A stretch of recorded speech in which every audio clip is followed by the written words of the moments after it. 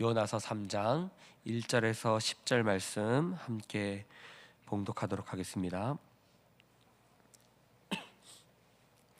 요나서 3장 1절에서 10절 말씀 함께 봉독하겠습니다. 여호와의 말씀이 두 번째로 요나에게 임하니라. 이르시되 일어나 저 큰 성읍 니느웨로 가서 내가 내게 명한 바를 그들에게 선포하라 하신지라. 요나가 여호와의 말씀대로 일어나서 니느웨로 가니라. 니느웨는 사흘 동안 걸을 만큼 하나님 앞에 큰 성읍이더라. 요나가 그 성읍에 들어가서 하루 동안 다니며 외쳐 이르되 40일이 지나면 니느웨가 무너지리라 하였더니 니느웨 사람들이 하나님을 믿고 금식을 선포하고 높고 낮은 자를 막론하고 굵은 베옷을 입은지라. 그 일이 니느웨 왕에게 들림에 왕이 보좌에서 일어나 왕복을 벗고 굵은 베옷을 입고 제비에 앉으니라. 왕과 그의 대신들이 조서를 내려 니느웨에 선포하여 이르되 사람이나 짐승이나 소떼나 양떼나 아무것도 입에 대지 말지니 곧 먹지도 말 것이며 물도 마시지 말 것이며 사람이든지 짐승이든지 다 굵은 베옷을 입을 것이요 힘써 하나님께 부르짖을 것이며 각기 악한 길과 손으로 행한 강포에서 떠날 것이라. 하나님이 뜻을 돌이키시고 그 진노를 그치사 우리가 멸망하지 않게 하시리라. 그렇지 않은 줄을 누가 알겠느냐 한지라. 하나님이 그들이 행한 것 곧 그 악한 길에서 돌이켜 떠난 것을 보시고 하나님이 뜻을 돌이키사 그들에게 내리리라고 말씀하신 재앙을 내리지 아니하시리라. 아멘.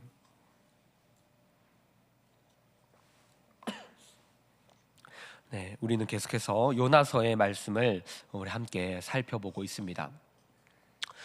요나서의 큰 주제는 하나님께서 공의로우신 하나님께서 어떻게 자비로우실 수 있는가에 대한 요나의 반박과 그리고 의문과 질문을 하나님 앞에 올려드리고 있는 그러한 이야기입니다. 그리고 여기에 대한 하나님의 반응, 그것이 나타나는데요. 우리가 잘 아는 박넝쿨 이야기로 하나님께서 요나에게 말씀해 주시지요.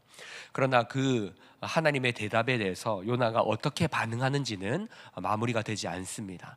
그러니까 쉽게 말해서 열린 결말로 요나의 하나님에 대한 대답에 대한 요나의 열린 결말로 이 요나서는 마무리가 되게 됩니다. 그런데 하나님은 어떻게 공의로우시면서 자비로우실 수 있는가? 여기에 대한 해답이 완전하게 드러나지 않습니다. 그 이유는 결국에는 예수 그리스도를 통해서만, 십자가의 사건을 통해서만 하나님이 어떻게 공의와 자비를 완전하게 이루시는지가 드러나게 되기 때문입니다. 우리는 예수님의 십자가 사건을 통해서 이미 하나님은 완전하게 공의로우시면서 동시에 완전하게 자비로우시다라는 것을 우리는 깨달아 알게 됩니다. 그러나 예수 그리스도의 십자가 사건을 경험하지 못했고 깨닫지 못했던 이스라엘 백성들은 하나님의 이 원수들에 대한 자비를 이해하기 힘들었을 것입니다. 그래서 요나는 끊임없이 거부하고 차라리 자신을 죽여달라라고 말하면서 그 니느웨에 하나님의 자비를 선포하는 것을, 선지자로서 그것을 선포하는 것을 거부하고 있었던 것이죠. 그러나 하나님은 오늘 말씀을 통해서도 알 수 있지만 하나님은 원수조차도 사랑하시는 분이시다. 그 원수를 사랑하시는 하나님은 원수였던 우리를 사랑하셨고 우리를 위해서 독생자 예수 그리스도를 보내주심으로 십자가에 못 박으심으로 우리를 구원하시기로 작정하셨다라는 것을 우리는 신약 시대 그리고 십자가 사건을 통해서 하나님의 공의와 자비를 완전하게 이해할 수 있게 되는 것입니다. 오늘 말씀을 통해서 우리는 하나님께서 원수들을 위해서도 하나님의 자비를 베푸신다는 것을 다시 한번 기억할 필요가 있습니다.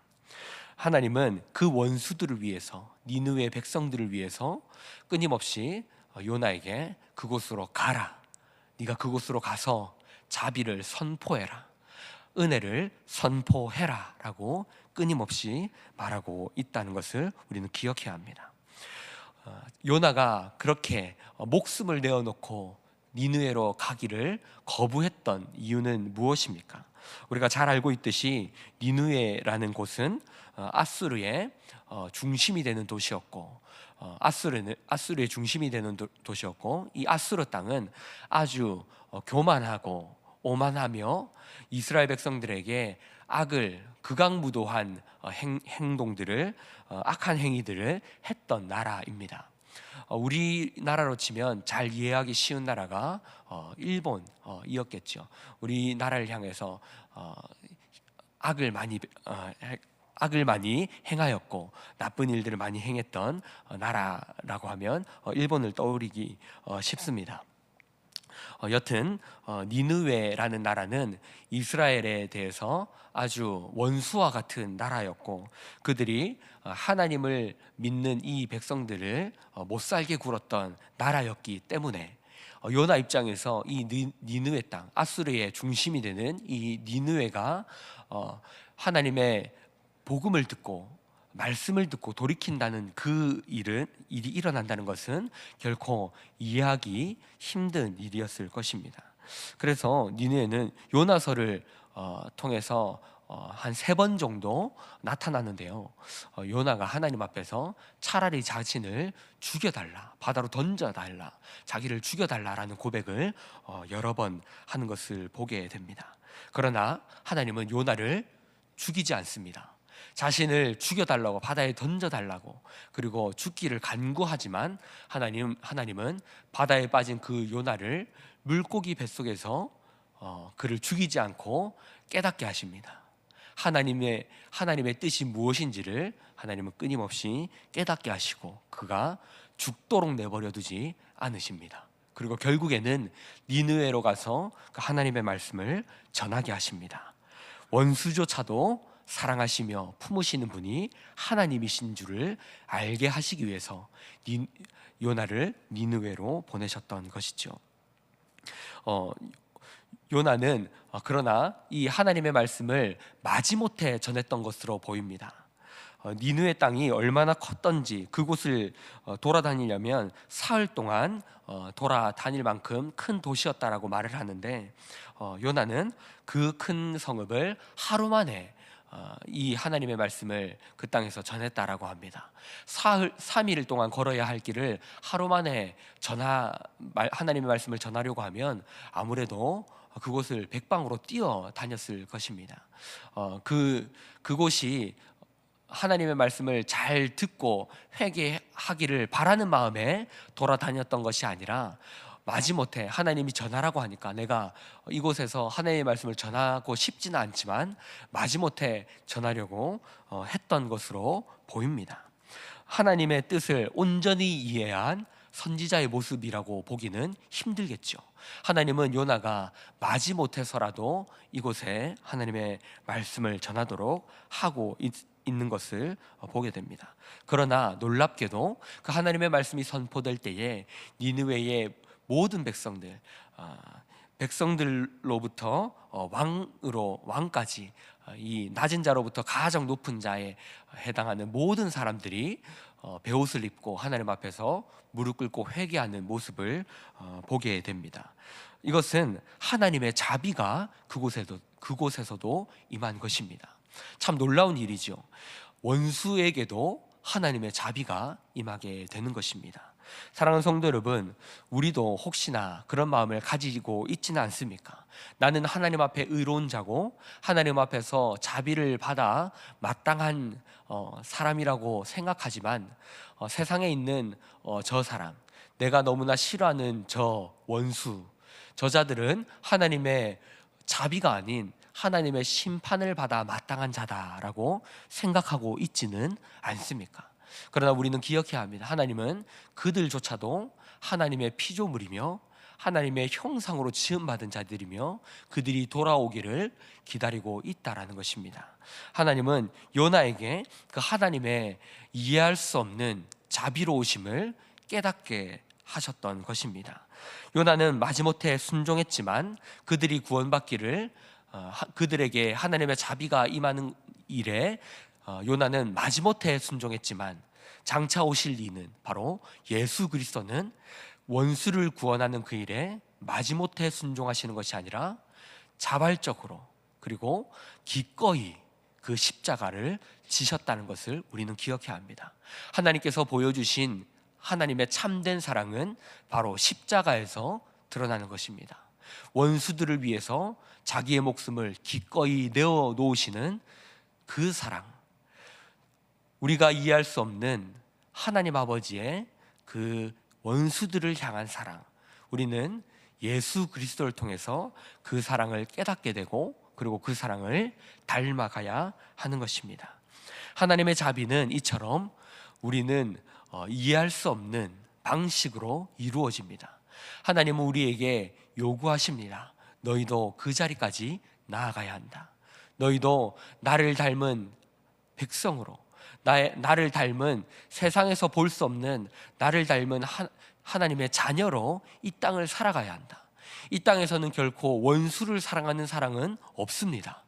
원수를 이기고 원수를 짓밟고 그들 위에 서서 승리하는 것은 있을지 몰라도 그 원수들을 사랑하는 사랑은 이 세상 가운데 결코 찾아볼 수 없는 것입니다. 그러나 하나님은 예수 그리스도를 통해서 우리가 어떤 삶을 살아가야 하는지를, 어떠한 성숙함을 보여야 하는지를 우리에게 하나님은 보여주고 있는 것이죠. 그러므로 하나님은 요나에게 깨닫게 하셨습니다. 원수조차도 나는 사랑한다. 네가 저들을 사랑하지 않느냐? 네가 박넝쿨을 아꼈듯이 나는 저들조차도 사랑한다. 저들이 하나도 내가 나의 형상으로 지음받은 저들이 나는 하나도 버림받기를 원하지 않는다. 나는 저들이 돌아오기를 바란다. 요나야, 네가 가서 하나님의 말씀을 전하여라. 하나님은 그렇게 요나에게 끊임없이 말하고 있었던 것이죠. 요나는 마지못해 순종했지만 예수님께서 자발적으로 그들을 위해서 자신의 목숨을 내어놓고 헌신함을 보여주셨듯이 우리는 결국 그 예수 그리스도의 십자가 사랑을 닮아가야 하는 것입니다. 사랑하는 성도 여러분, 우리 또한 예수님이 걸어가셨던 그 길을 기억하며 우리가 사랑할 수 없는 그들을 사랑하는 자리까지 성숙할 수 있도록 우리는 하나님 앞에서 기도해야 합니다. 날마다 예수 그리스도의 십자가 사랑을 품을 수 있도록 우리는 하나님 앞에 무릎 꿇고 사랑되지 않는 내가 저를 사랑하지 못하는 이 마음을 하나님 앞에 놓고 눈물로 기도하며 하루하루를 하나님을 닮아가는, 주님을 닮아가는 그러한 삶을 살 수 있어야 하는 것입니다. 말씀을 정리하겠습니다. 하나님은 니느웨 땅, 원수된 그 땅조차도 아끼셨습니다. 하나님은 그 원수된 땅조차도 버리지 아니하시고 요나를 통해서 하나님의 사랑을 전하기를 원하셨습니다. 우리 또한 하나님의 그 마음을 헤아리며 이 땅 가운데 원수된 자들을 우리가 그들을 끌어안으며 품고 살아갈 수 있는 하나님의 백성의 모습으로 나아가야 할 것입니다. 오늘 말씀을 기억하시면서 우리도 하나님을 닮은 사랑을 품은 자들로 살아갈 수 있기를 주님의 이름으로 축복합니다. 우리 들으신 말씀을 기억하면서 함께 기도할 때에 이렇게 기도하면 좋겠습니다. 하나님께서 원수까지 사랑하시는 분이심을 기억하고 우리도 하나님을 닮은 자녀로 자라나게 하소서. 우리 하나님의 그 사랑을 닮은 자로 성장해 성숙해 나가기를 바라면서 함께 들으신 말씀을 기억하며 기도하시고요. 앞에 보이시는 기도 제목과 개인의 기도 제목으로 함께 기도하며 나아가도록 하겠습니다. 기도하시겠습니다.